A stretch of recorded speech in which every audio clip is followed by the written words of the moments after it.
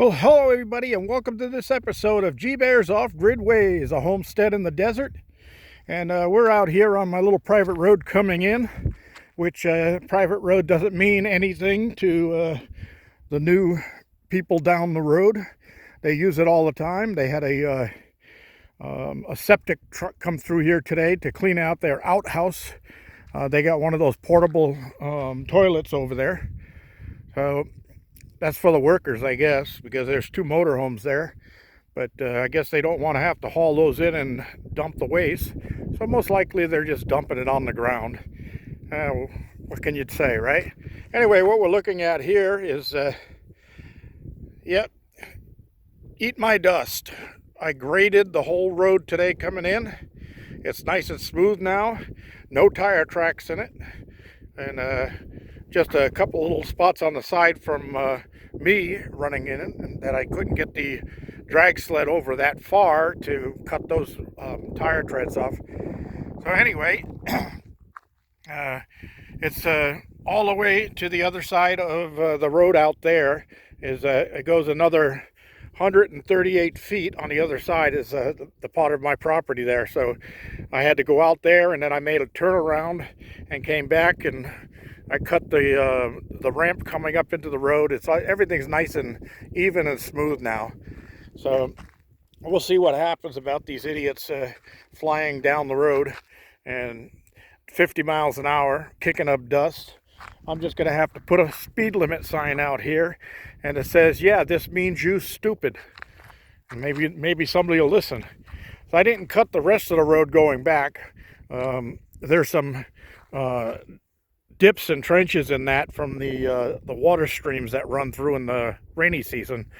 I just went into my next gate over there, and I cut the roads going into my property. So let's head back up here. Now I'll show you what else I've been doing. I did go into town and check my mail and fill the tank with gas, because I didn't do that the last time I went out because there were just too many people at the gas station and I didn't want to wait. I was hungry. So yeah, you can see, well, let me zoom back out here so you're not jumping all over the place. I bet that was making everybody kind of feel like they were drunk, huh?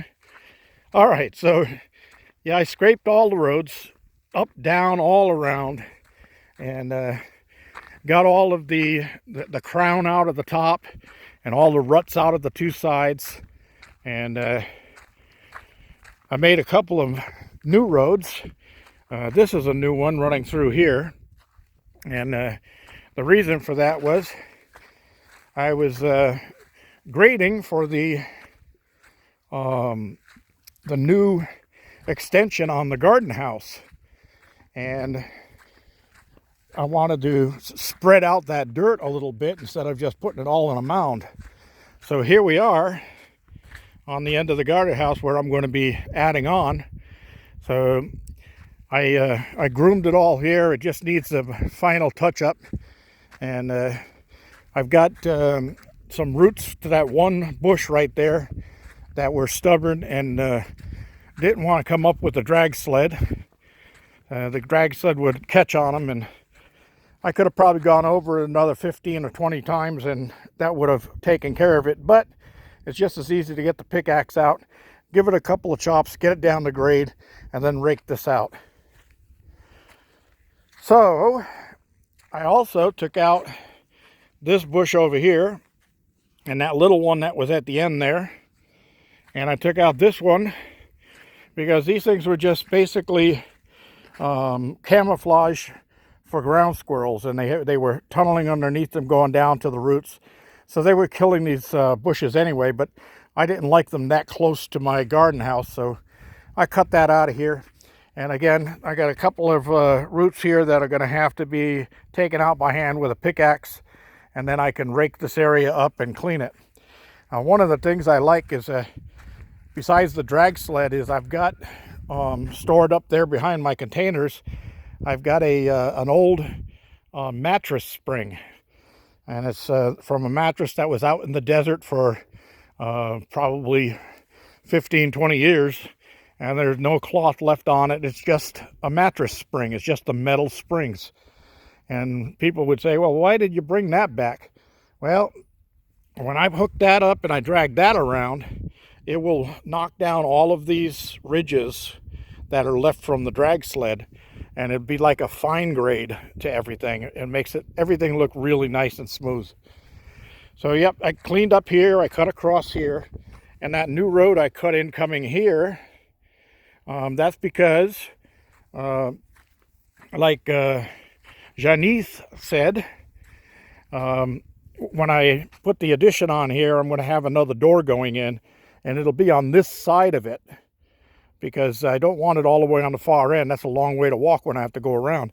I want to put it like right in this side over here, so when I come in with product, I can just back in right here with the trailer and unload right into the door. Well, look at that, a big old chunk of quartz sitting right here. Got dragged up, and yeah, it does look like there's a little bit of iron in there, and as Jeff Williams would say, the redder the better, but this only has a little red in it. But yeah, that's red is usually mean that there's iron content, and we all know that there's iron and gold flowing in the surface of the earth. And if it wasn't for the molten iron core, we wouldn't have gravity, we wouldn't have a magnetic field, and your compass wouldn't point north. So all of that stuff is pretty interesting. You know, people say, well, I don't understand magnetism. Well, magnetism and electricity go hand in hand. Wherever you have electricity flow, you'll have magnetism, and wherever you have magnetism, you get more electricity flow. So they could actually become a chain reaction type thing, and almost a perpetual motion in the core of the earth. And it just keeps on, one feeds the other, and it just keeps on going and going and going. It's been going for millions of years now, and it'll probably go for another million, or a few million years.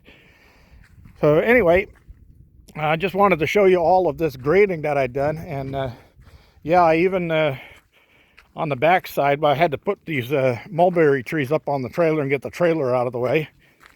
And I even did the back side where I had ran the van when the ground was soft and wet, and had big tire ruts in here. So I got this back road over here all graded out. Of course, I hope no winds come up, because there'll be dust everywhere. This fine dust is, you could use this for finding fingerprints.